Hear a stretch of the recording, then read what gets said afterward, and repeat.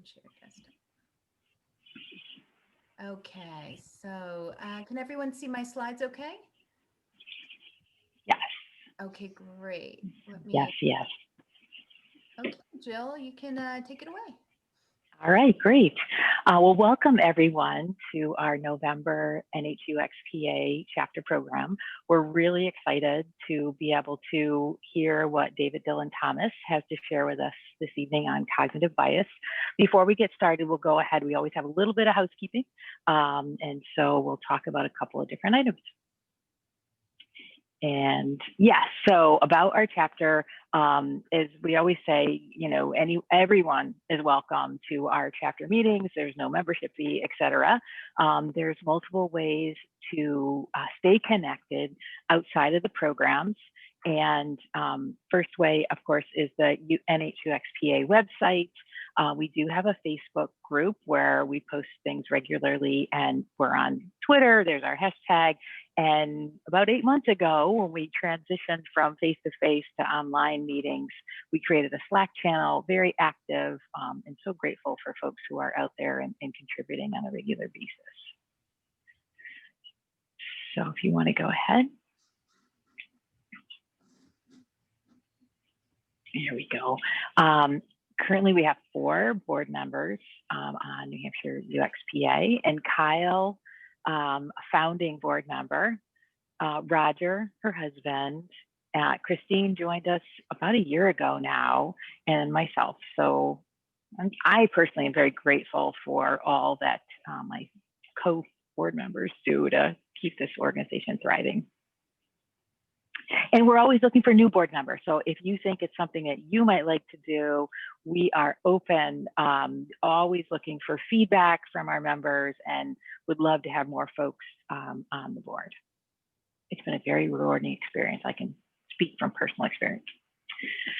Great meetings coming up.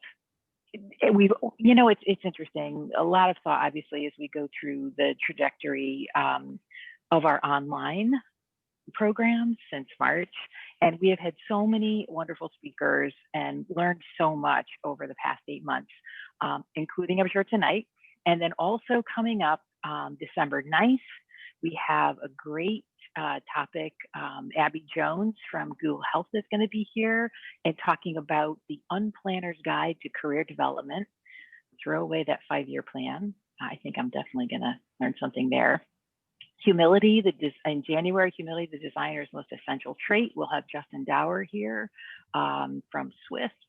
And then in February, it's going to be lightning talks. And if anybody remembers, we had such a great time with our lightning talks last year. So I am definitely looking forward to February. So yeah.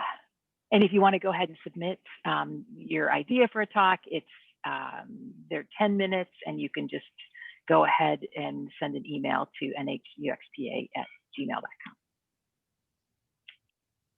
Lots of upcoming events. Most of them, obviously all of them are online. Many of them no charge, they're free. And one of my favorites every year is coming up this week. It's November 12th. It's World Usability Day. And there's currently, I was looking on the website again tonight, there's about 26 different events that are happening around the world. And actually the first one was today. It actually started in Toronto, but just go out to worldusabilityday.org, check out all the things that are happening virtual, and join them as you're able to.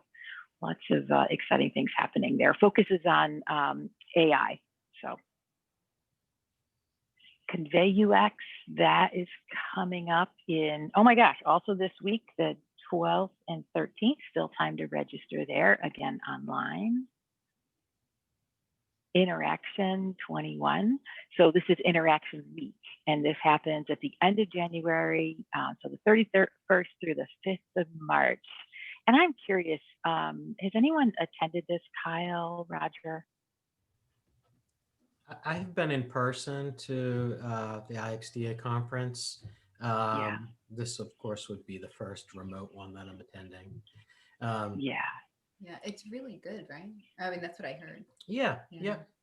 I mean, if you as a UX professional, if part of your discipline repertoire is interaction design, then that really is the focus of the content at this conference. Yeah. And Yeah. it's half off, I think, only $500 compared to what it normally is, since it's remote this year. Again, another way to keep connected with professionals in the field. So all good. And then, of course, coming up in February is the UXR Conf. I love this, uxconfanywhere.com. So another opportunity in late February. And we'll go on to another one. And then, of course, the Rosenthal. It's all about research, by researchers, for researchers, really 3 days in March, something to plan for. So should be a good event. One of the things we like to do is we like to share job opportunities that are out there available now, as well as ask folks if they're, if anyone that isn't posted, if anyone wants to kind of chime in. So right now, multiple opportunities, Manchester Meltwater, Autodesk, right in Manchester, CVS Health, that's still open. That was posted last month for UX designer, Thermo Fisher Scientific, another Concord-based, and then Oracle senior UX designer. Does anyone have any other job openings they'd like to share?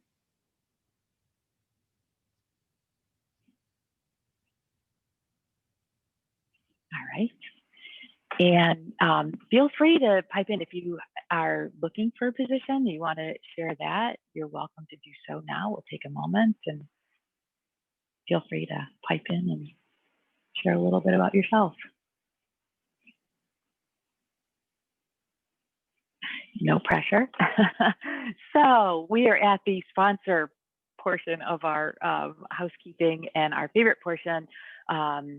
Market Street Talent, again, is sponsoring us. The reason now that we can have a certain number of Zoom attendees, as this at this point, is because of the sponsorship that Market Street Talent is sharing with us. So, Jay, what are your thoughts? Any thoughts to share? I probably have a lot. I'll keep it real quick. Thank you so much. Always. To everybody on the board that gives us the opportunity to help you. It's a dual relationship. We get our name out there a little bit, and we can help you at the same time. So Market Street Talent, if for anybody that doesn't know, most of the faces I do recognize. We are located right in downtown Portsmouth, right underneath the Kennebunk Savings Bank, though we are remote now. We offer full form and staffing resources to the IT industry. One thing that I'd like to point out is that every year we grow our business, and platforms like this are absolutely a big reason of how we grow. We're a little different. We not only do put people to work, but we provide a ton of free services for those of you who are interested in having conversations. There's no pressure to take positions or do jobs, but if you need help with resume building, interviewing tactics, do's and don'ts, things like that. We love to have conversations with people, intel about what's new in the market. Sometimes it's just, hey, have you ever heard of this company? And you'd be surprised if we have or haven't. We usually know a little something about something. So we provide those services to anybody for free. There's some faces in here that I'm not noticing that I haven't connected with. So please feel free to connect with me. One thing that I would like to change here for 2021 is I'd like to get a placement out of this site. I'd like to help somebody find that next job for theirs. I have actually helped Mark Hewitt and his business by adding people in the development field. So on the client side, they came to us and noticed what we were doing, and I think we've successfully placed 5 people this year. What I would really like to do is I'd like to place a candidate that comes to these meetings that we have a job that they'd be a match for. So please feel free to reach out to me anytime if you're interested in hearing about positions. I'd love to work with you. So thanks a lot, guys, for giving me a minute to talk. I really appreciate it. You bet. And I just have to pipe in because it's probably been about a year now, job transition for myself, and Jay and I met, and I'm telling you, within 30 minutes, he made recommendations on my resume that were so important, things that I had just overlooked.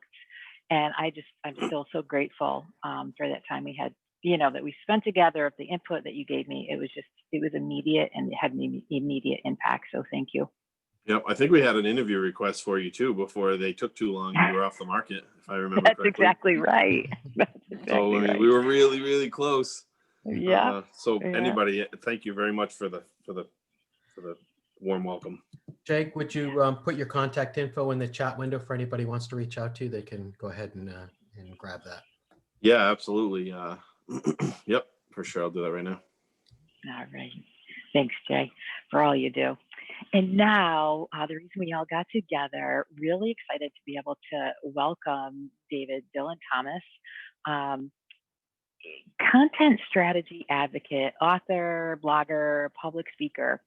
And I was telling him just a few minutes ago that I read his LinkedIn profile, and I was stunned to read about why we need to start lying to AI. And it just immediately told me why I actually, and not to sell your book or anything, but why I'm going to purchase your book, because already I know the different lens that it'll provide to me as someone very interested in, UX, accessibility, open-mindedness, etc.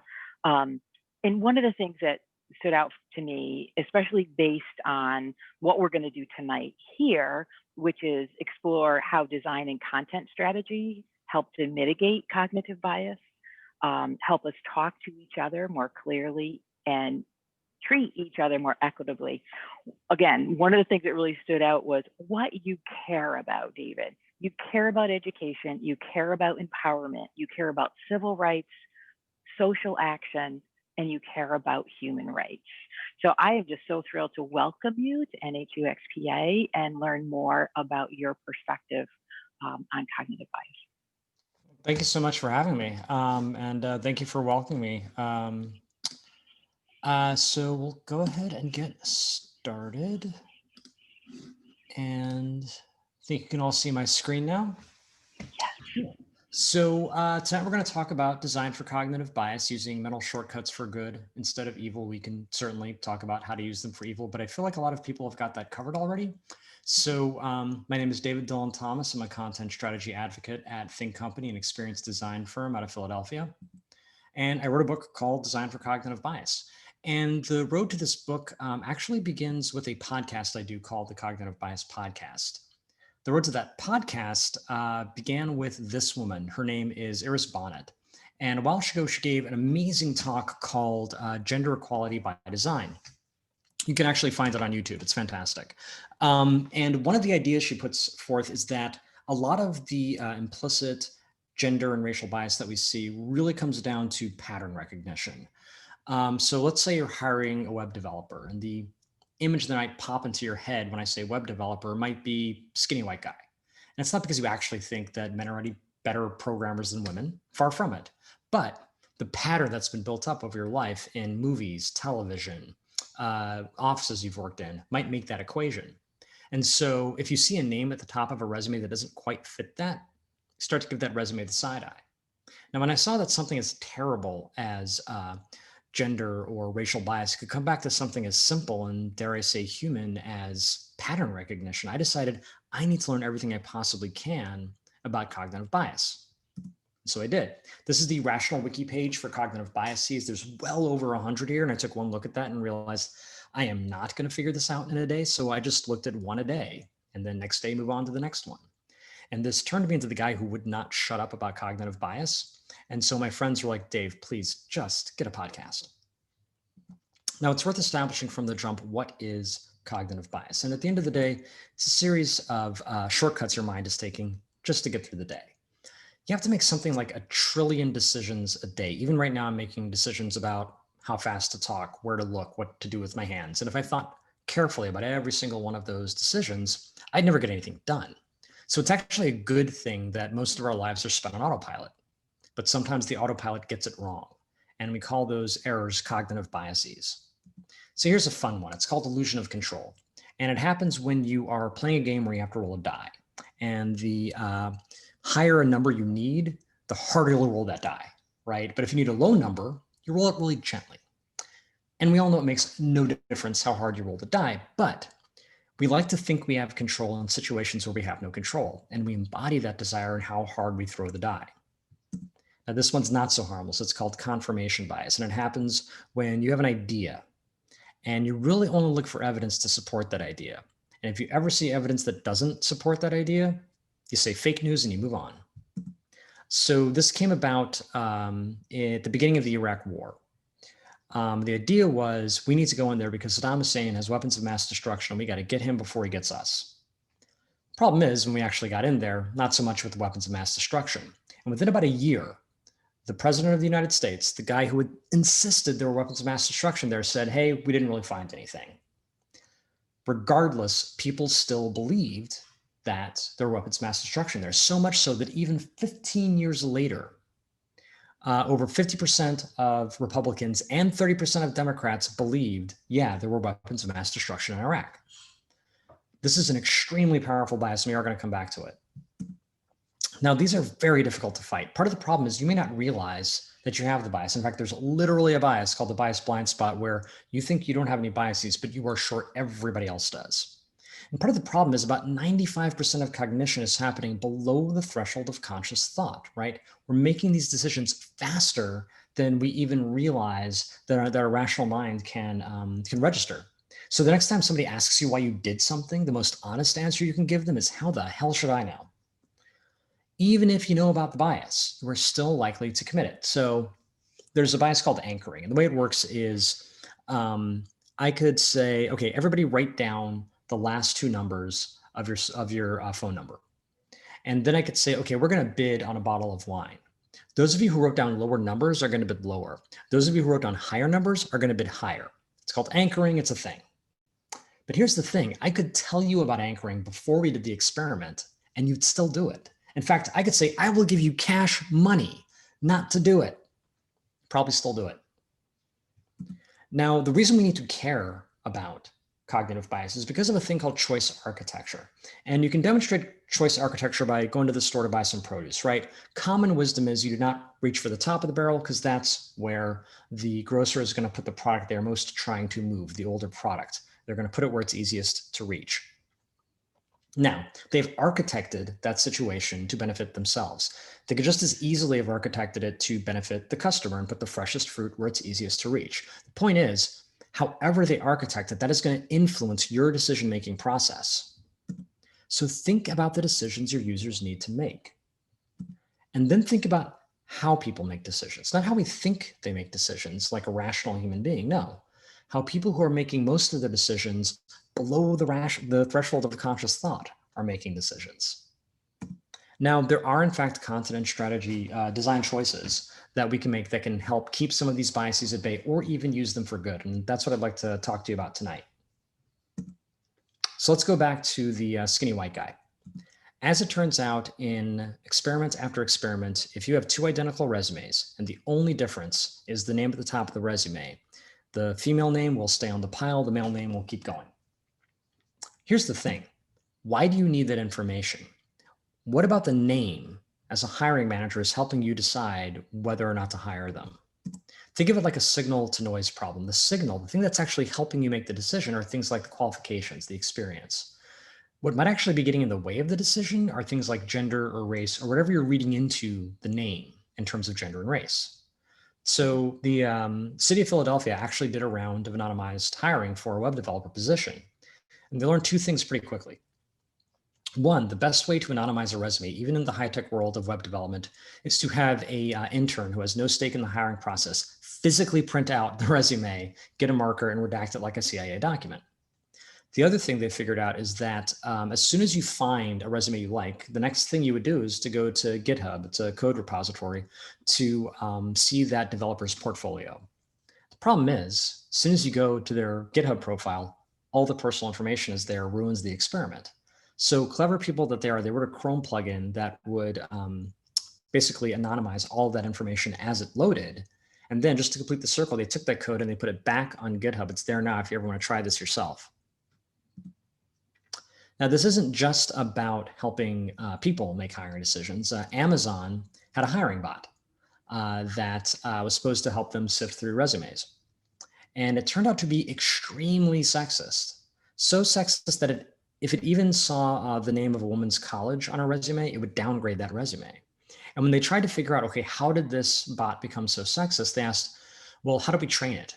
And they trained it on the last 10 years of resumes to Amazon, which guess what most of those resumes had in common, right? It was mostly guys. And so the AI took one look at that and said, well, gee, I sure must like dudes, and then just kept recommending dudes.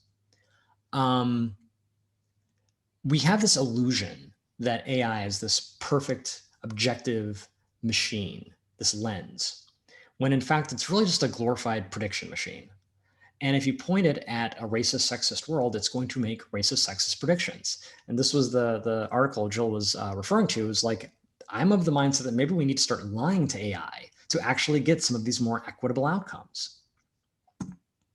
Now, this actually goes the other way as well. So Amazon Go is a store where you walk in and you just take what you want and you leave. And then Amazon is going to automatically remove, right, that from your account, whatever you took.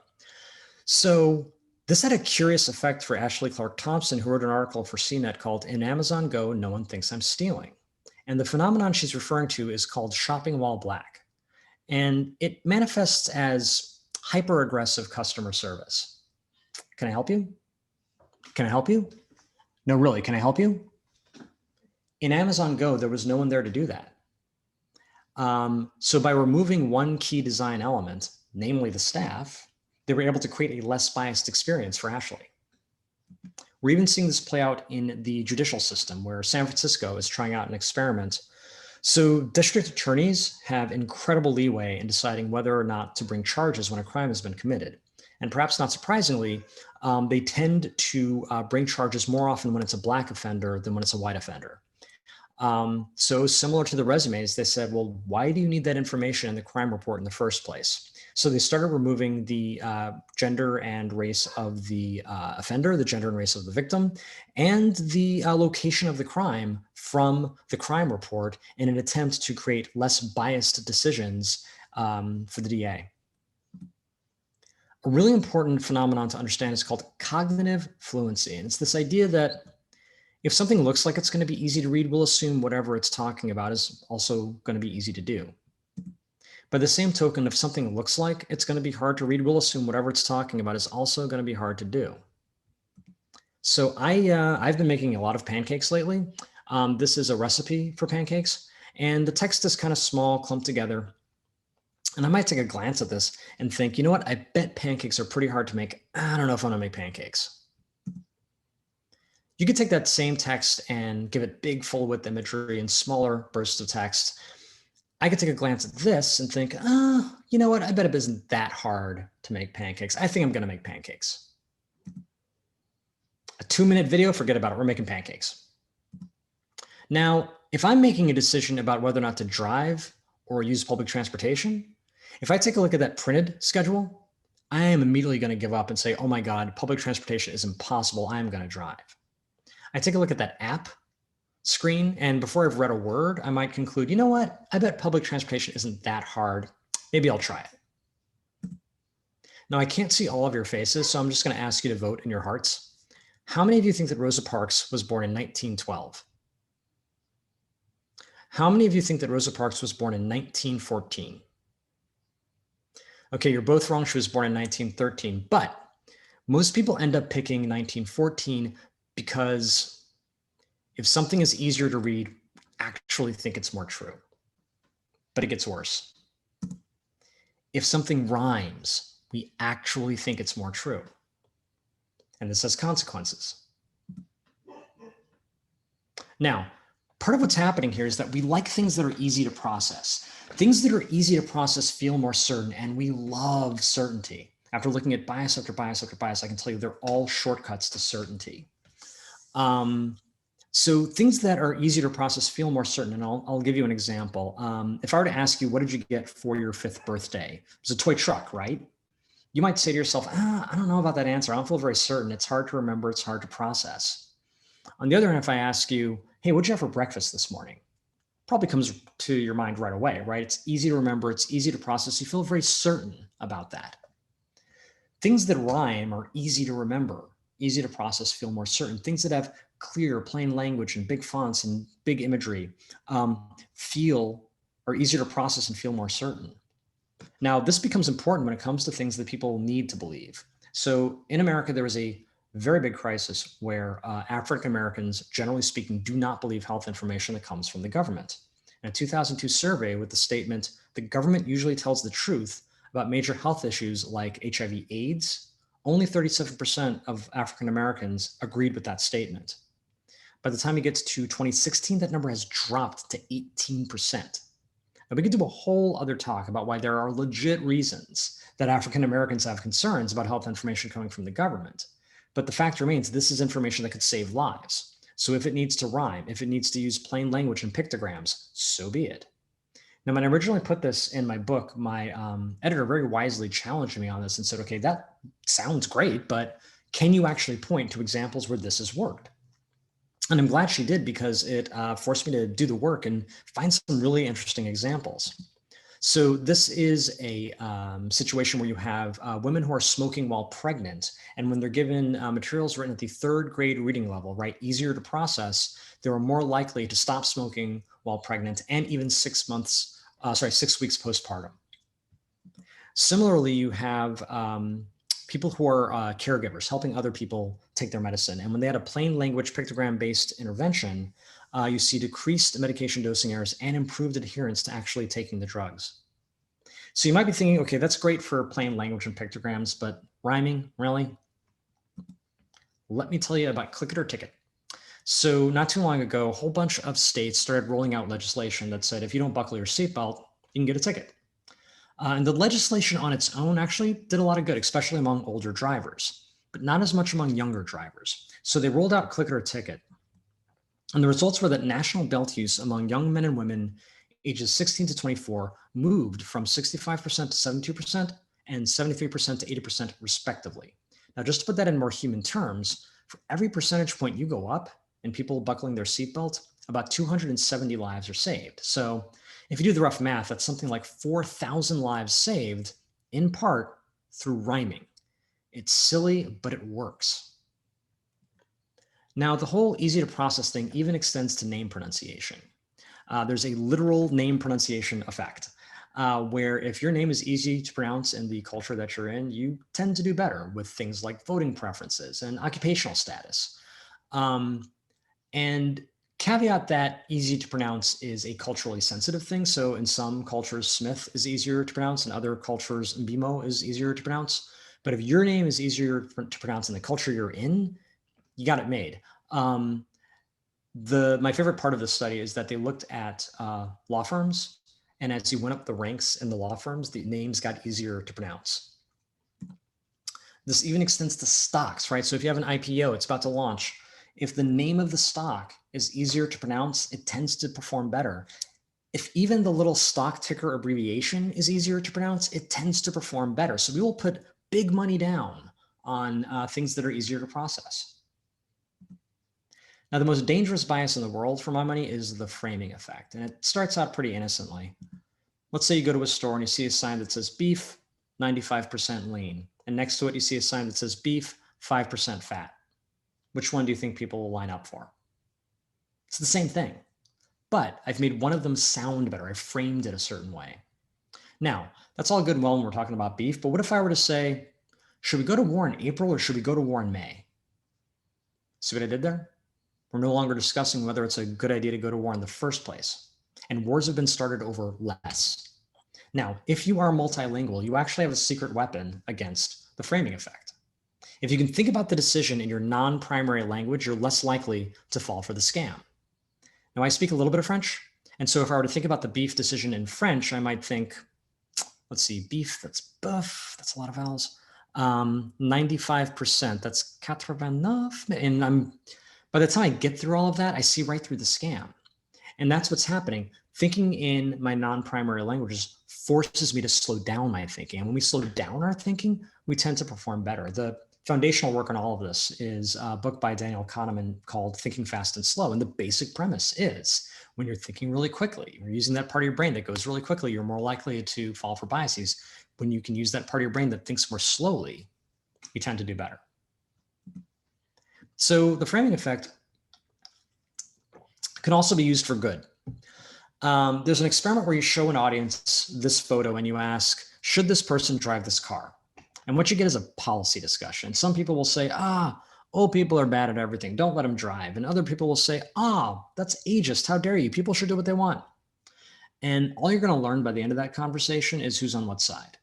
Now you can take the exact same photo, show it to another audience and ask, how might this person drive this car? And what you'll get is a design discussion. And some people will say, well, what if we change the shape of the steering wheel? Or what if we move the dashboard? What you're going to learn by the end of that conversation is several different ways that person might be able to drive that car. Now, all I did was change a couple of words, but by changing the frame of the conversation, I changed the entire conversation. In fact, what if I iris out a little more and I ask, how might we do a better job of moving people around? Because that's why the guy was in the car in the first place. He was here, but he wanted to be there. And if I frame it this way, then things like public transportation are on the table. Now, this extends to student evaluations of teachers. So that is yet another arena where women are disadvantaged. Student evaluations tend to rate female professors lower than their male counterparts for the same courses. Iowa State University did an experiment where they gave some of the students a couple paragraphs before the survey that said basically just that. Look, this is an area where women are generally disadvantaged. When you are filling out the survey, please make sure your criteria are real and not things like appearance. The students who got those 2 paragraphs tended to rate their female professors higher than the students who did not.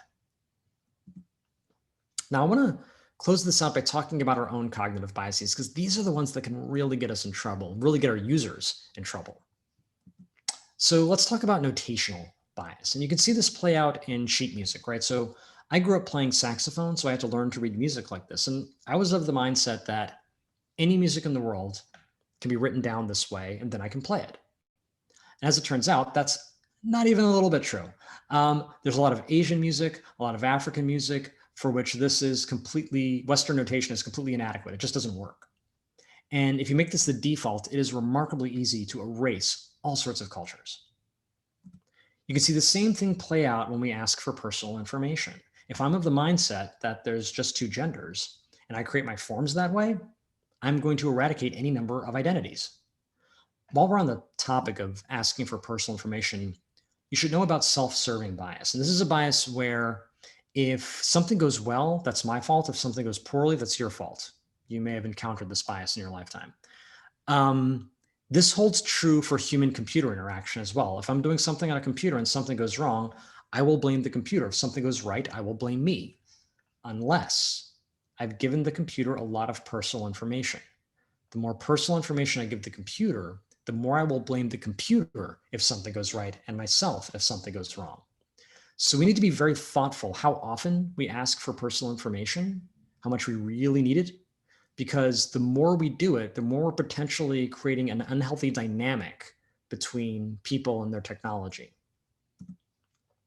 This also shows up in structured content. So until 1986, the New York Times prohibited the use of Ms. as an honorific for women. And the way that would work is at the first mention of a woman's name in an article, you would say her full name.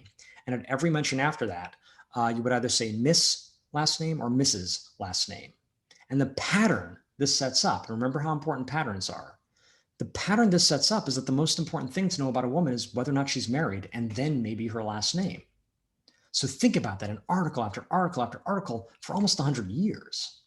So we need to be very careful how we structure content, the editorial guidelines we create, because they can be a very easy way to scale bias. Language doesn't just describe reality, it shapes it. And this is legally true. Take a look back in time at Vice President Dick Cheney, right? He gets the job and he's trying to figure out basically what he can get away with. So he talks to his lawyers and they say, look, you are the vice president, which means you are part of the executive branch. But you also cast the tie-breaking vote in the Senate, which means you are also in the legislative branch. But wait a minute, you can't be in the executive branch and the legislative branch. So maybe you're not in either. And if you're not in either, Maybe you don't have to follow the rules of either. And he didn't. We see the same thing play out today with structures like Facebook, right? Where when it suits them, Facebook calls itself a publisher, right? Hey, New York Times, come publish with us. We get you. When someone points out that there are actually rules for publishers, they say, whoa, I don't know what you heard, buddy. We're a platform. Now, there are tools out there to help us think about how to write more inclusively. One of them is Radical Copy Editor. It's very good at helping you understand how to write for people who generally don't get a say in how they're written about.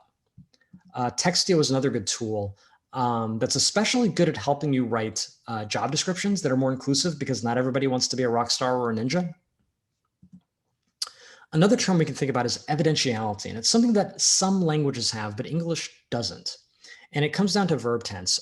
English uses its verb tenses generally to let you know when something happened. So Bob went to the store, Bob is going to the store, Bob will go to the store. Some languages like Turkish make their verb tenses do a little more heavy lifting.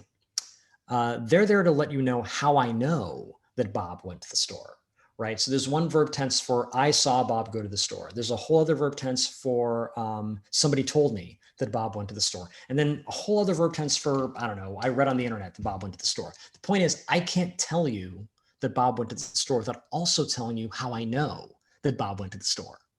Now think about that. How would that affect what people were willing to post online or say in speeches if they literally couldn't say it without also saying how they knew it was true? Now, English doesn't really have this, but we can think creatively about ways to introduce it. So this is an actual article from back when the first teaser trailer dropped for the new 007 movie.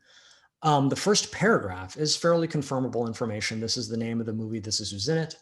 The second paragraph is a rumor about why the first director was fired. The first paragraph is relatively easy to read and fairly believable. And the idea is that, remember we were saying, things that are easier to read are easier to believe, and things that are harder to read are a little harder to believe. So that first paragraph is fairly easy to read and fairly easy to believe. The second paragraph is a little harder to read and a little harder to believe, and it should be, it's a rumor. So we can start thinking creatively about ways to signal to our users just how many grains of salt they should be taking the information they're being given at any time. So I told you we'd come back to this. So for a long time,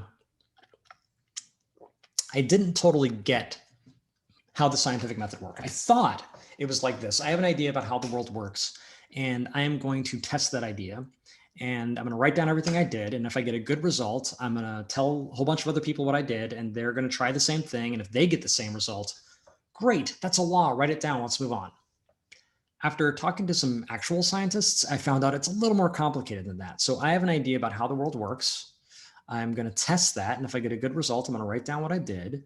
And a whole bunch of other people are going to try what I did. And if they get the same result, great. I get to spend the rest of forever trying to prove myself wrong.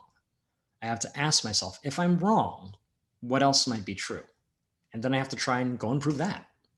Now, that is a much more rigorous approach, and it was invented specifically to fight confirmation bias. Now, as designers, it is very easy for us to leave good design on the table because we fall in love with our first idea. Let me show you how easy. Let's say we're going to play a game with the computer, and the computer is going to show us these numbers and that question mark and say, put whatever number you want where the question mark is. I will tell you if it fits the pattern. Put in as many numbers as you like, and when you're ready, tell me what you think the pattern is. Now, if you're like me, you start out with 8, and the computer says, congratulations, that fits the pattern. Would you like to try another number? And if you're like me, you say, I got this. The pattern is even numbers. And the computer says, no. And it says, no, because I never tried this. The pattern is not even numbers. The pattern is every number is higher than the number that came before it, which is a much more elegant solution, probably easier to code, probably cheaper for your client. But I never got there because I was so in love with my even numbers idea. Now, there are tools out there to help us avoid this outcome. One of them is called Red Team, Blue Team. And the idea is that you have a blue team who does most of the original research, maybe gets as far as a wireframe, but before they go any further, you bring in the red team for one day. And the red team's job is to go to war with the blue team. And they're there to find every hidden assumption, every more elegant solution, every potential cause of harm the blue team missed because they were so in love with their first idea. Think of it like an ethical Q&A. or QA. I like this idea because it's very economical, right? I don't have to go to my boss and say, hey, from now on, we need 2 teams to spin up for every project and they're going to check each other's work every day. No, I need 1 team for 1 day to make it a little less likely we're going to put something harmful out into the world. Now, what this highlights is the value of bringing in an outside perspective. So this is a guy named Norman Ohler, and he wrote a book called Blitzed. And it's a book about Nazis on drugs. And it began with a conversation he had with a German DJ friend of his, who talked about how when he was a kid, growing up in Munich, the World War II vets, Nazis, would talk about how they were on drugs all the time. His friend took him at his word and looked into it. And sure enough, the Nazis kept meticulous records. And here's the doses they were being given. The soldiers were basically being given meth. Here's what Hitler was on. He was basically being given oxy. And then here's what they were giving the German populace. So all of this historical information, and yet no one out of the many, many, many, many people, this is not an obscure conflict that is not well documented. Many people have written about World War II, but no one had stumbled onto this. Why? Well, the Venn diagram of people who are familiar with recreational drug use and people who do historical research does not have a lot of crossover. And so even if this German DJ had walked up to a historian and said, hey, did you know the Nazis were on drugs? Likely as not, he would have been dismissed as, oh, what do you know? You're a junkie. But Norman Ohler knew his friend and was himself, frankly, also familiar with recreational drug use and took him at his word. Now, if you were to ask me, Dave, we need someone to write a book about World War II. Who should we hire? My first response would not be, oh, a German DJ. But if I did say that, you'd get an amazing book, right? That opens up and answers all these unanswered questions like, how was it German soldiers were able to walk for 2 days straight without going to sleep? They weren't doing it sober. So think outside the box when you're thinking about who you should get perspective from, because even if 99% of what they have to say isn't contextually relevant, that 1%, you might not be able to get anywhere else. One of the things we need to get better at as designers is thinking about the unhappy path. And if you're going to do good red team work, you need to be able to do this. Part of what gets in the way is this thing called survivorship bias. And it's best illustrated by a guy named Abraham Wald. Abraham Wald was a brilliant Austrian mathematician, but he was a Jew living in Austria in the 1930s. And so fortunately, he got out before the Nazis rolled in, and he came over to the States and helped out with the war effort. And one of his contributions was to help people think about where do we put armaments on planes so they don't get shot down so much. And he was in a room with a bunch of planes with a bunch of bullet holes and a bunch of other scientists. And the other scientists were saying, well, clearly you need to put more armaments where you see all these bullet holes. And Abraham said, no, you need to put armaments exactly where you don't see the bullet holes. And what he reasoned was that, hey, we are looking at the planes that got shot up, but not so bad that they couldn't make it back, the survivors. We need to be thinking about the planes that were shot up so bad they never made it back. And clearly they were shot where these planes were not. So survivorship bias is where you sort of only count the winners and you don't think about the losers, even if there are like way more of them. So one of the tools that can help us think about the unhappy outcomes of a particular design is called speculative design.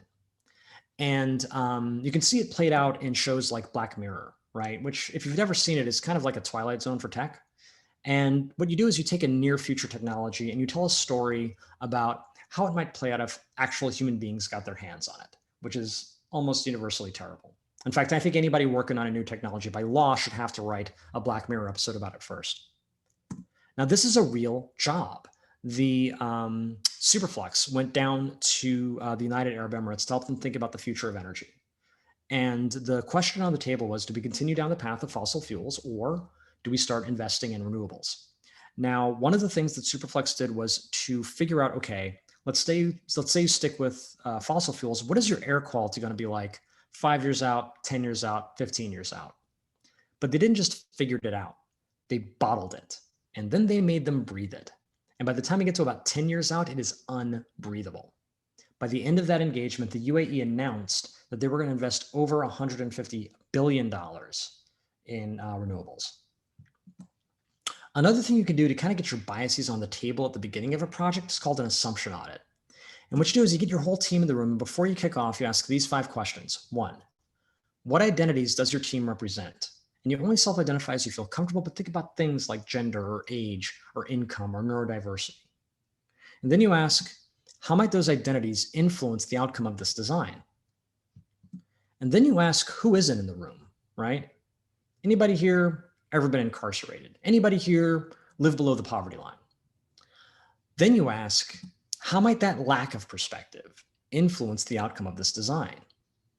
And finally, you ask, what might we do to include, honor, and give power to those perspectives in the design process, right?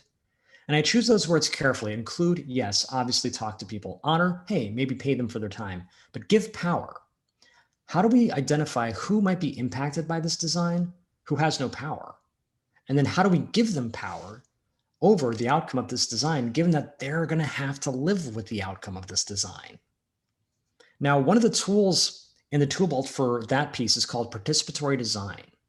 And it starts off often with a power map like this, where you sort of map out who has low interest in the outcome of this project and who has high interest. And along the other axis, who has low power or influence on the outcome of this design and who has high power. And what you want to do is identify people who are in that low power but high interest quadrant. So say, for example, we're designing something for the Office of Homeless Services in our town. The people in the low power or high interest quadrant there are the people experiencing homelessness. They are very interested and going to be very impacted by the outcome of what we design, but they're not going to have a lot of power or say in how it's designed. And the project of participatory design is to say, how can we pull people out of that lower quadrant and put them in that upper right quadrant where not only are they going to be impacted, but they're also going to have a lot of power. And that means coming back to them and saying, not only are we going to research with you, but when we're done with our synthesis, we're going to come back and say, hey, did we get this right? And while we're designing, right, you're going to design with us and we're going to say, hey, did we get this right? And before anything gets launched and actually inflicted upon you, we're going to say, hey, did we get this right? The final bias I want to talk about is called the Déformation Professionnelle. Told you I speak French. So it's a bias where we see the whole world through the lens of our job. And that might seem like a worthy attitude in the workaholic society we live in, until it's not. So the paparazzi who ran Princess Di off the road that night probably thought they were doing a good job. Technically speaking, they were. They were getting very difficult to get photographs that were going to fetch them a very high price. What they weren't doing such a good job of was being human beings. Now, when the former police commissioner of Philadelphia took the role, he asked his officers this question: what do you think your job is? Many of them would say to enforce the law. And he would say, okay, that sounds like a reasonable answer, but what if I were to tell you your job is to protect civil rights? Now that encompasses enforcing the law, but it's a much bigger job because it means you have to treat people with dignity and respect. Now, this slide has been here since 2017. And this year, obviously, it has become far more visible. And I get way more emotional than I used to when we get to this slide, but I keep it in here because now more than ever, it is clear that the way we define our jobs is a matter of life and death. Commissioner Ramsey was telling his officers that day that your jobs are harder than you think. And I am telling us today, our jobs are harder than we think. It's not just design cool shit. We have to define our jobs in a way that allows us to be more human to each other. Now, people are already working on this. You've got Mike Montero out at Mule Design, creating his little red book of design ethics, right? A Hippocratic Oath, a first do no harm for designers with gems like this. A designer is first and foremost a human being. You've got the Design Justice Network doing amazing work in this arena. And they've got these 10 wonderful principles. I'm just going to read you the first two. 1, we use design to sustain, heal, and empower our communities, as well as to seek liberation from exploitative and oppressive systems. 2, we center the voices of those who are directly impacted by the outcomes of the design process. Now, if you just try to stick to those first two, you have got your work cut out for you. It's the difference between what Erica Hall calls user-centered design versus shareholder-centered design. We often think we're doing the former when in fact we're doing the latter. And the thing is, the framework, the study of how to answer these thorny questions has been with us for over 1,000 years. People have been studying ethics and moral philosophy for a very long time. It's just a question of actually paying them for their work and using what they've learned, right? So the Mikula Center for Applied Ethics does a great job of distilling some of that knowledge into very straightforward questions you can ask yourself about the stuff you're working on. So which option will produce the most good and do the least harm? That's the utilitarian approach. Which option leads me to act as the sort of person I want to be? The virtue approach. We've been thinking how to think about right and wrong for a very long time. We just need to use it. Another great intervention for this is called the tarot cards of tech. It's this really cool interaction where you see a bunch of cards, you click on them, and they flip over, and they give you these really provocative questions about the thing you're working on. How might cultural habits change how your product is used? And how might your product change cultural habits? Right now, if Twitter had asked itself this before it launched, might see a very different world today. We even see this play out in software engineering, right? So there's the Never Again Pledge, which a bunch of software engineers got together and signed when they saw that their work with data was being used to hurt immigrants. And they pointed to a very long and sordid history of data being used to hurt vulnerable populations. And they said, we do not want to be a part of that history. And here's a list of things we're going to do to make sure that doesn't happen, up to and including destroying unethical data sets. And we see this, this organized collective action play out even at places like Google, where there was Project Maven, which was a battlefield AI. And the people working on it said, you know what, we did not get into this business to build weapons. So if you make us work on this, we're going to walk. And Google backed down. They walked away from a $250 million contract with the military. And then they turned right around and did Dragonfly, which is censored search in China. So these fights are still being fought. But the point is we can fight them together. Now, if you're thinking about next steps, what I like to tell people is that I am out to win hearts and minds and budgets. And the truth is, in most of the industries we work in, if it's not in the budget, it doesn't exist. So my first step is always, well, how do we get it in the budget? And a good way to do that is with a small first step. So the assumption audit I told you about is probably a 1 or 2 hour meeting. So if I'm doing a project, the first thing I want to ask for is, hey, this is like a 1,000-hour project. Can I just get 2 of those hours to do an assumption audit? And if they say yes, great. I can come back 4 or 5 projects later and say, you know how we actually made the assumption audit part of the template now because it's working so well and doesn't cost much? I asked for 2 hours then. Can I get just a day now for a red team exercise, right? The reason that approach has legs is because of something called the consistency bias. If I go up to you and I say, and this is an actual experiment. If I go up to you and say, okay, hey, can I put this big honking sign on your lawn? You're probably going to say no. If, however, I come up and say, hey, you're not even going to notice. It's a tiny little sign. Just can I put it over here in the corner? No one's going to. It's a tiny sign. You're more likely to say yes. Then when I come back 2 weeks later and say, hey, how's that sign working out? Listen, do you mind if I put this big honking sign on your lawn? You're actually more likely to say yes. And the reason is we like to be consistent with our former selves. So when I come up with that big sign, you say to yourself, I guess I'm a sign person now. Okay, go ahead. Same thing with inclusive design, right? You take that first little tiny step of, can I just do these 2 hours here? Great. When I come back asking for a day, you're like, I guess we're inclusive design people now. Go ahead, we'll add a day to the budget. We must rapidly begin the shift from a thing-oriented society to a person-oriented society. When machines and computers, profit motives, and property rights are considered more important than people, the giant triplets of racism, materialism, and militarism are incapable of being conquered. Now, this is not some software guru at a TED Talk. It's Martin Luther King. Over 50 years ago, he saw this, and it's still true today. So the question I will ask all of us is, how can we define our jobs in a way that allows us to be more human to each other? Thank you.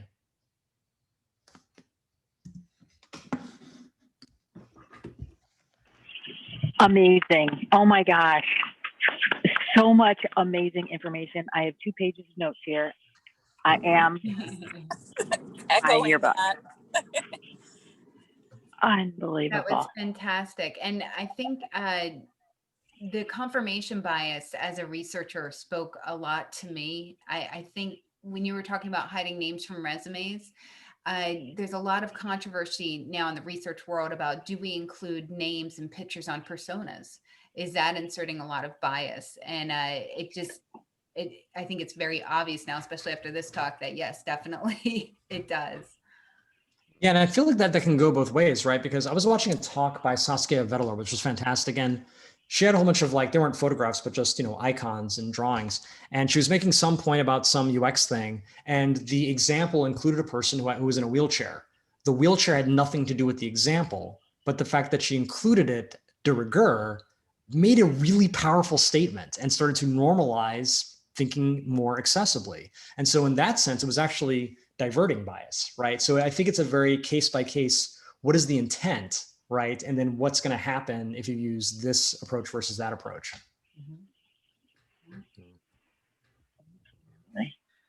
We're going to open it up to questions. So for anybody who has a question, if you go into the participants list, so on Zoom, you down at the bottom, you can click participants. And next to yourself, you can go ahead and raise your hand, and we will see that and then call on you. Why is it below? Actually, Just one more comment as we're waiting for questions. Just that notion of the historian versus the recreational, the DJ, and just those lenses and how those insights will vary so drastically in what we might be missing because we sort of take those traditional paths. Unbelievable, mind blowing. Yeah, I would love to have budget to have like a brainstorming session with a client and literally invite someone just completely randomly off the street. And then 99% of what they have to say will be utterly useless, but that 1% would be like, how did we not see that? Caroline Knowles has a question. Go ahead, Caroline. Hi, yeah, thank you so much. I too, like Jill, have pages of notes staring back at me. And I had one particular pandemic related question, particularly when it comes to participatory design and including those underrepresented populations. How have you seen it successful, given what we're living in right now, to integrate that into design work? That is a very good question. I mean, so it's interesting. And full disclosure, I work for Think Company, and we're, an experienced design firm. We're used to going on site and working with people and doing things. And so not only are our means compromised, but even some of the businesses we try to support are compromised as well. And so you start looking at things like construction, for example, where it's like, oh, people can actually still do some of that work distanced. And if we follow those same guidelines, maybe there is some degree of contextual inquiry we can do, right? So I think it's very contextually sensitive, but I think that honestly, at the end of the day, if we're talking about people most vulnerable in a pandemic situation, like those are always going to be people who are already in compromised situations, right? So I think about, like, my mind jumps to, Native Americans that, no matter how bad even Black people have it, right, during a pandemic, like even worse off. So like look up H1N1 and Indigenous Americans or Native Americans. You will find out that they were hit way harder than anybody else. And I would be very surprised if that's not true today. So where are you going to find them? On reservations in the cities, but probably in already vulnerable situations, all of which to say, like, they may already be in situations where distancing is required. And if you are going to talk to them, and you may have to because they may not be in a position where they have access to Zoom. That's the other challenge around this, is that we sort of say, oh, I need to talk to someone. I have Zoom. All right, I can just do that. So honestly, I think you have to get creative, and you have to, honestly, I would first talk to people who are doing any kind of medical care for those groups, because they have no choice, right, but to find ways to interact with them, do telehealth, whatever it is. So they've already had to answer the question you're trying to answer, which is, how do I interface with this person? I would start there. Great. Can I just add to that? My name is Julia in Nashua, New Hampshire. So I come from the nonprofit affordable housing and education area, and we ran into us imposing our cognitive biases and our own life goals on our residents and our community members every day. And it was something that we had to try to work through. So there, beyond medical providers, there's a lot of community groups, residential services. If you just start looking for who is already working with this community, because they've built the trust already. And that trust is so important, because people in marginalized situations are just treated as data sources so often. And that data is the only power they have in the power structure.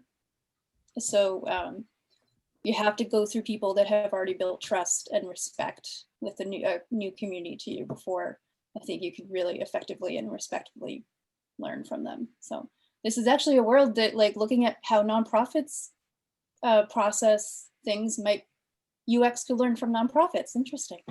So look up like community development corporations. That's the key word to look for. So thank you. That's This was really an cool. amazing talk.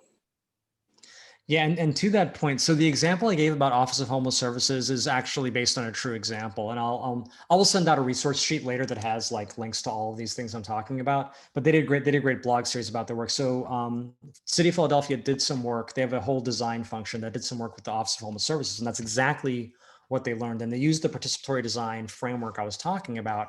And when you talk to the people who worked on that project, what they say was it was all about relationship building. Like none of that works unless you build those relationships, have that trust.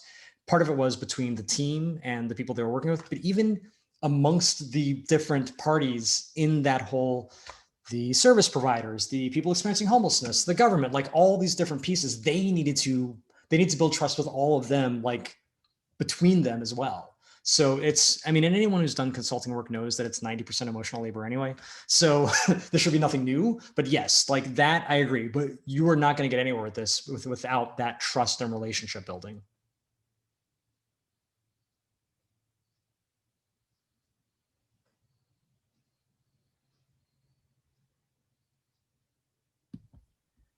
Any other questions? There was a question somebody had asked in the chat, which was, I don't know if it was rhetorical, but can you never not have bias? Yes, that was me. Thanks, Dave, very much for the talk. Yeah, when you said like even if you have bias, you'll still do bias. Is there any point where you can not, like, is it just about getting people in the room with different perspectives, or like, yeah, can you speak more about that? So there's really two arms to that. So the short answer is no. You will always have bias, and part of the reason is like that's you need it to live. Like if you have to, if your only option is to think carefully about every single decision, you'll never get anywhere. There's way too much input, right? Something like 11 million bits of data every second. Like that's how they get to that trillion number. It's like ridiculous, right? So you have to do most of it on autopilot just to function as a human being. The question is, how much of that can you outsource? In other words, how much can you say, okay, I only have maybe 10 or 12 good decisions in me a day, like decisions that I can really carefully think about. And the rest I'm going to have to leave to my shortcuts. So part of the solution is, yes, very much bring in people who have different biases, not zero biases, because everyone's got a bias, but can you bring in someone who has a complementary bias, right? That is different from your own, and sort of like blind melon the elephant, that situation, right? And be like, okay, we can each bring collectively our own perspectives to this to build the actual reality, right? And check each other's biases. And again, focusing on the people who are going to be impacted, who have the least power. It's important to remember power in that relationship. So like, that's sort of, oh, go ahead. Could you say like you're more fair because you study bias?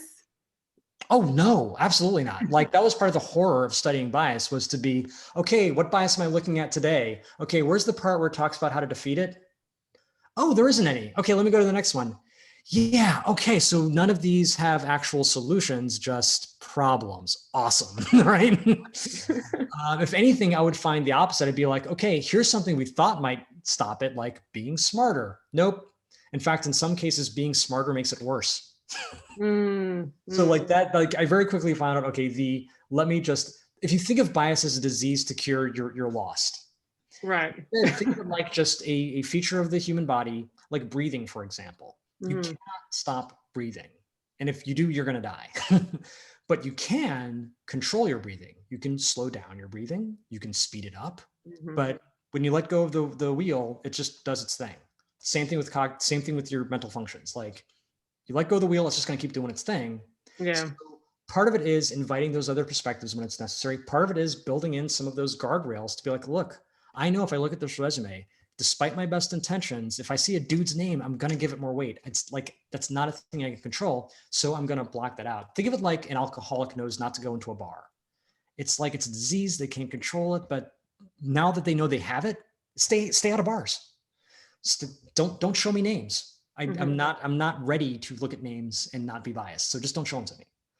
Right. That's one piece of it. Now, going back to that whole 10 decisions in a day thing, there are things you can do to sort of change your patterns and expand your capacity to make, more well thought out decisions, right? So as far as making more thought out decisions, there's a lot of evidence that meditation and mindfulness practice can actually make you better at handling bias and doing it less, right? So if you can make 10 good decisions in a day, maybe after a couple months of mindfulness practice, you can make 15 good decisions in a day, right? Think of it like flexing a muscle, right? Yeah. And there's also the idea of changing your patterns. And that's a more long-term solution, but it's like, hey, if I've got a pattern, so this is what I'm working on myself. I've got a pattern where for most of my life, I'm a big film buff. But at a certain point, I looked back and I realized, oh my God, almost every movie I've seen was directed by a white man. Yeah. Yeah. That one's very surprising. Same. Yeah. That is probably not a healthy pattern. Okay. Yeah. Let me actively seek out movies directed by women. Right. So that's the thing I do now. I try to watch lots and lots of movies directed by women so that eventually on some glorious day in 2026, my pattern for director won't immediately default to white male. Also, I'll get to see some movies from different perspectives, right? And have a better narrative palette because I make movies myself. So all of that to say, like, there are many different ways to attack this, and some of them are short-term, some of them are long-term, but none of them will eliminate bias because that would be like to eliminate breathing. You just can't really do it. No, it's so interesting because I've started reading a lot on gender, and I'm like, oh, I'm about gender equality, but then I seem to be the person in the room to bring it up all the time. So now I've got a bias against me that I'm like gender, and I'm like, no, that's like not what I wanted to do. But yeah, so that's why I was like, that's the background to that question, basically. Sure. Someone's got to bring it up. Keep bringing it up. Yeah. The only way to make other people. I'm trying. Yeah, it's like, it's very interesting because it's everyone's very passionate about certain biases, and so it's trying to sort of just understand that passion, but also like, how can you actually break it down and take it further and keep having these discussions and keep making it not like it's a reputation thing, because you could be race, it could be age, whatever. If you're the only person bringing it up, it just seems to be like a stigma. So thank you so much, Dave, for all this. It's like just super great to keep having these discussions and tools. And yes, no, thank you so much. And just to like give you a word of encouragement there, the chapter 3 of my book is literally about stakeholder bias and the idea that the people you work with, and more importantly, the people you answer to, also have biases, and they're also making 95% of their decisions below the threshold of conscious thought. And here's all the ways you can try to not, for lack of a better word, take advantage of that to try to like sometimes trick them into acting more ethically, but like, so that's all in there. And yes, I especially like your part at the end of like how to get it through, because I work for an agency, and a lot of the times the clients won't necessarily pay for accessibility if it's a line item. So we're trying to like inbuild it into our sort of own processes and make it more of a step in ourselves, because like, unfortunately, clients see it as something they could take off. But I'm a product designer there, and we're always advocating for it and just trying to like level up our experience. But the consistency thing, I've never thought of that. So that's really great. Thank you for that. Sure. David Burke has a question. Yeah, hi. I also really enjoyed the talk because really do appreciate you taking the time and sharing with us. My question is actually a little bit narrow because it's about the graph you showed, like the low, high impact, low, high interest. Do you have any instances where you would design to reduce the power and impact of someone who has a low interest? Where you were trying to say like someone who has they're high impacted, but they have low power to make a change, but the inverse of that, where someone who doesn't really care can have a really high impact without the buy-in for it. So it's interesting. I've been asked versions of that question. What I find, so the answer is no, I don't especially know how to reduce power, except to increase someone else's power. So that's the thing with these sorts of situations, power tends to be scarce. So simply by increasing the power of the person who is impacted more, I am by default reducing the power of the person who is impacted less, right? Because only one person can actually sign off on the design at the end of the day, right? Depending on how the contract is structured. And to be honest, that's almost always going to be the person who's paying for it. You very rarely have someone pay for a design and then say someone else gets to decide what the final design is. I mean, God bless them if they do. Maybe it's a corporation, I don't know. And if you can get that written in the SOW, even better, right? But yeah, like only one person or a small group of people actually get to say yes, which by default means that a bunch of other people don't get to say yes. So I tend to focus more on how can I add power to this group over there rather than how can I take away power from this group over here, because inevitably I'm kind of going to end up doing that anyway. Okay. So kind of like leveling the power playing field of it. Pretty much, yeah. Thank you. Sure. Thank you.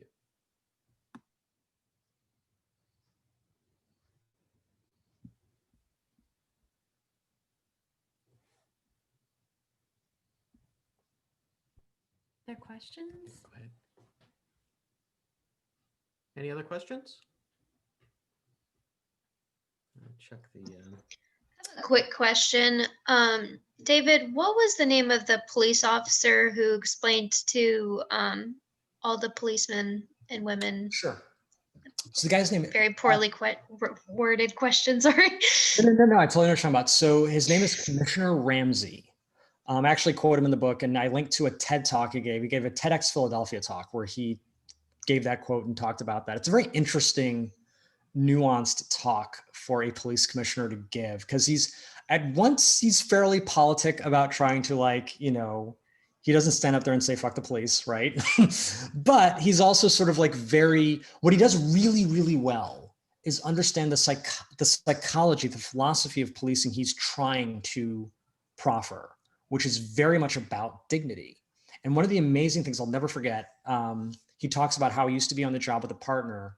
And I don't know if it was he saying this to the partner saying this to him. I think it was the partner saying this to him when he was like a rookie or something, and saying like, it was basically about de-escalation, but he was sort of saying like, take one away for education, take another away for this. He's talking about all the disadvantages that the person they're arresting has. And then he basically says like all these different things, all these different strikes they have against them, that they're now in this position. It's like the last thing you've got is dignity. If you take away that, they have nothing left to lose. And there was no one more violent or dangerous than someone who has nothing left to lose. So even from a self-preservation standpoint, if you want to be totally cynical and make it an us versus them thing, it is still in your best interests as a police officer to preserve the dignity of the people you encounter. It's a really amazing speech. And yeah, you can, I think if you just Google Chief Ramsey TED Talk or something like that, you'll find it, but it's linked to in the book as well. That's awesome. Thank you.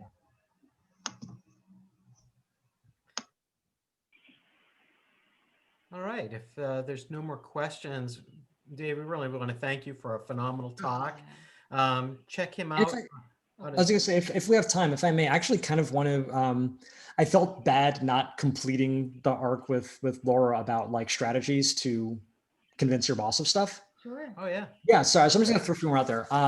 So basically three things. So one is loss aversion. And loss aversion is this thing where it hurts twice as much to lose something as it feels good to gain something. So it hurts twice as much to lose $10 as it feels good to find $10.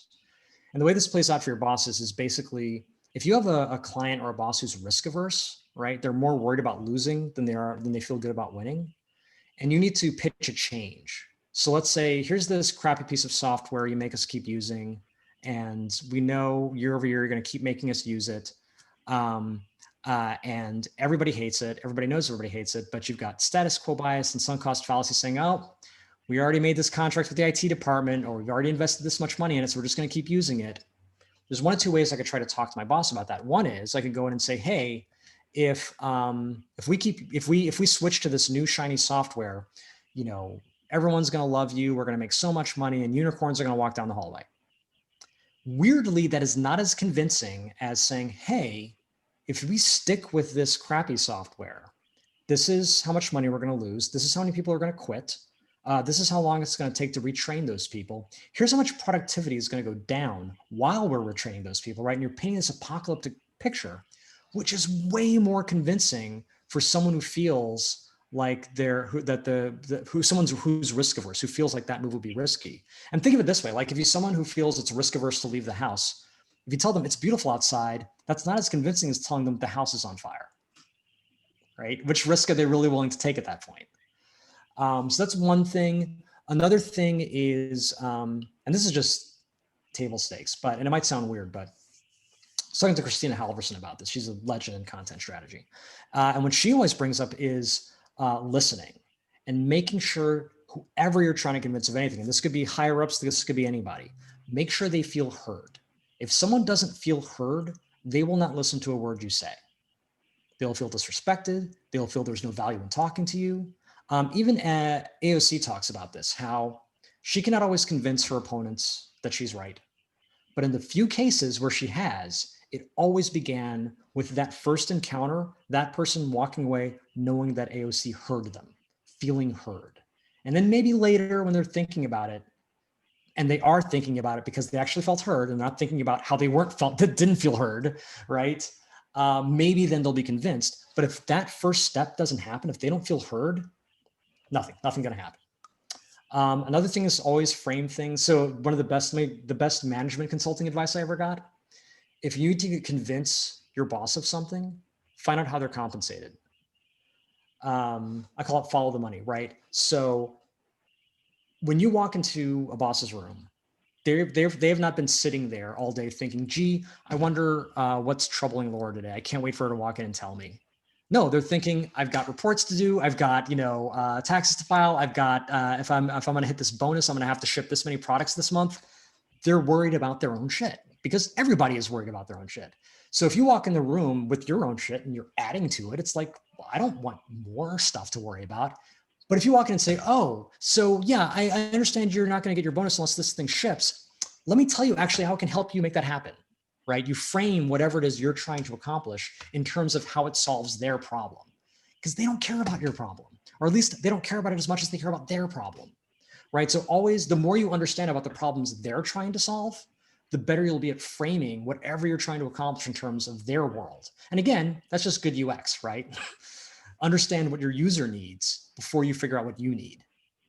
And then the final thing is, I call it stakeholder inception. And it's this idea that, and again, this is going to sound very manipulative, but it's one thing if I convince you of my idea, but it's way better if I can convince you it was your idea all along. So I'll give you an example. I had a client who was convinced that this content they had behind a paywall needed to be behind that paywall. Right? They were convinced this is a great thing. And we did research and we talked to people and we talked to users, and we looked at the analytics, there was nothing, no evidence anywhere to convince us that it made any sense to have this content behind a paywall. And simply presenting that evidence didn't really do anything. So we said, okay, here's what we're gonna do. We've been talking to everybody and no one seems aligned on why you're creating this content. So let's do a stakeholder session, a brainstorming session. We're going to sit down and we're going to do some exercises and you're going to write down the top 10 reasons you're making this content. Okay, we've done some research. We're going to write down the top 10 reasons your users are looking for this content. And then we're just going to leave you alone and say, I want you to do a brainstorming exercise to answer this question. How might we use content to align these two lists, right? We gave them a framework for the brainstorming session. They get to work 20 minutes later. One of the solutions they came up with was, well, one thing we thought of, what if we take this content from behind the paywall? And we're like, that is a great idea that you had. I never would have, that is such a good idea. Let's do that, right? And if they think it's their idea, when the going gets tough, they'll stick to it. If they think it's your idea that they're just buying into, when the going gets tough, well, it's your idea. I don't really have to, right? So I know that was a lot, but I felt bad just walking away and saying, oh, buy the book. No, I just want to give you some stuff to work with now. If you want to buy the book, you can, but like, I wanted to give you some stuff to work with. No, thank you so much. Yeah, it's like ownership. Yeah, exactly. Yeah. No, thank you. I haven't read your book, to be honest. I just found out your talk today. And yeah, I just became like more of a product designer this year. So learning about bias has been one of my goals this year. So thank you for putting on this talk and for, yeah, writing a book about it. My pleasure.